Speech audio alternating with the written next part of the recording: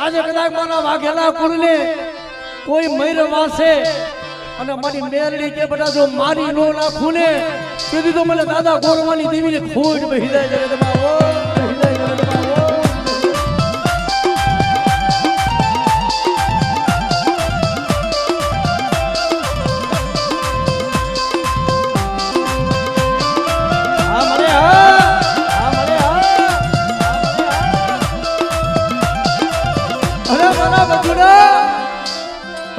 ભાઈઓ મેલી દે જગત મેલી દે